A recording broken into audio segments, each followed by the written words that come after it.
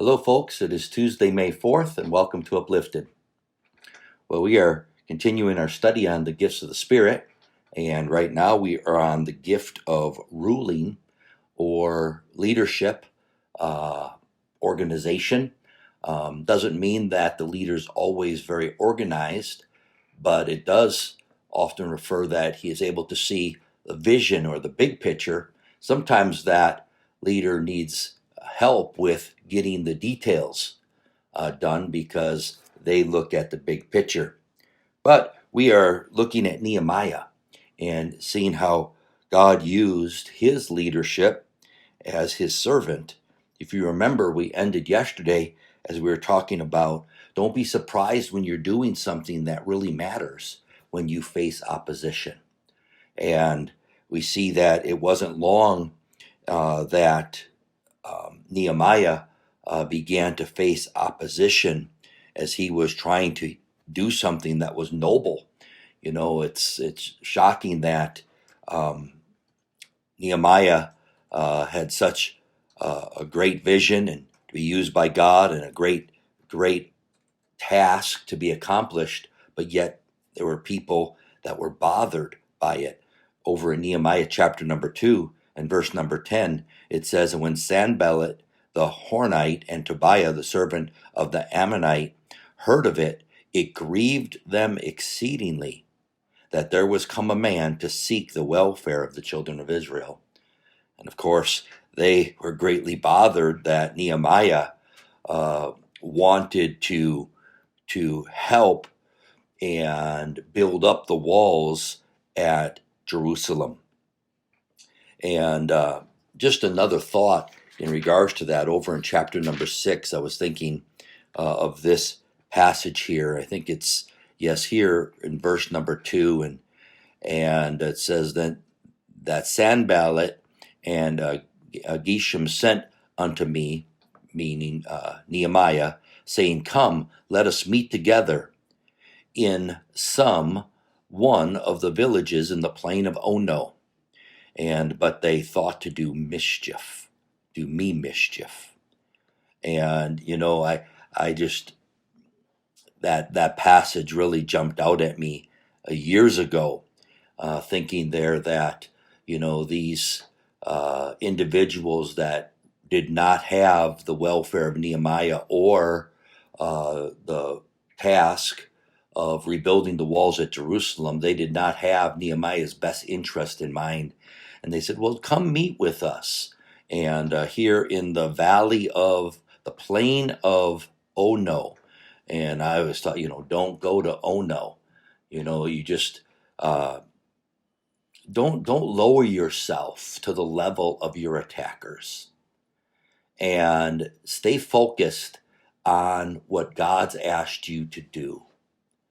There's always going to be somebody that's got something to complain about and they could do it better. I find that the folks who always are there to say how everything could be done better do nothing. They just talk about everything. And Sanballat and Tobiah were ones that did not have Jerusalem's walls and Nehemiah's best interest in mind, and they wanted to discuss here and meet with him, and they had nothing to talk about. Nehemiah knew what he was supposed to do. He needed to stay focused and not allow himself to get sidetracked, not allow himself to stop the work. We also find that as they were working, they had a sword in one hand and a trowel in the other hand, knowing that the enemy might attack, but they kept on working even though the enemy and the enemy's attack was imminent.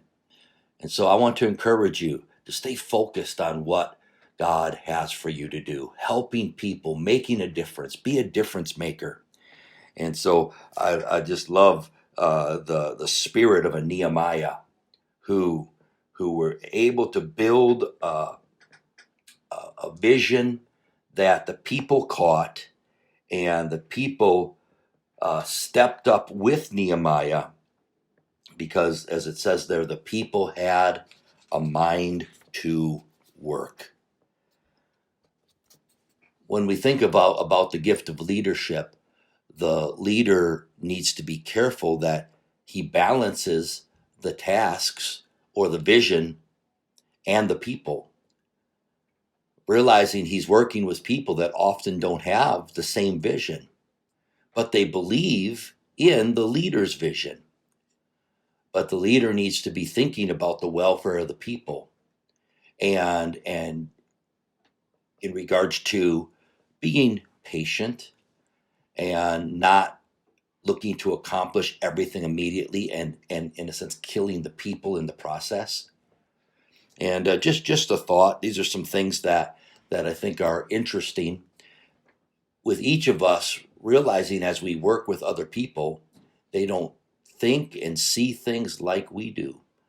And so we need to help them to be able to use their gift to fulfill and help us as we help them fulfill their calling. And so here as we look at the gift of ruling, on Thursday, we're going to look together at the next gift. And so I sure hope you're having a good day. I hope today's simple Bible study uplifted your heart. Hey, remember, don't let the critics, don't let the Sanballats and Tobiahs get you distracted from what God has asked you or called you to do. And just stay focused and keep going. God bless you and enjoy the song we've picked out for you today. Sometimes when misgivings darken the day and faith's light I cannot see, I ask my dear Lord to brighten the way. He whispers sweet peace to me. He whispers sweet peace to me. Whispers to me. He whispers sweet Whispers sweet peace to me when I am cast down in spirit and soul. He whispers sweet peace to me. I could not go on without him, I know. The world would overwhelm my soul, for I could not see the right way to go when temptations o'er me roll. He speaks in a still small voice, we are told, a voice that dispels all fear. And when I'm in doubt or troubled in soul, that still small voice I can hear. He whispers sweet peace to me. Whispers to me. He whispers sweet Whispers sweet peace to me when I am cast down in spirit and soul. He whispers sweet peace to me. Peace, peace, wonderful peace, coming down from the Father above. Sweep over my spirit forever, I pray, in fathomless billows of love. He whispers sweet peace to sweet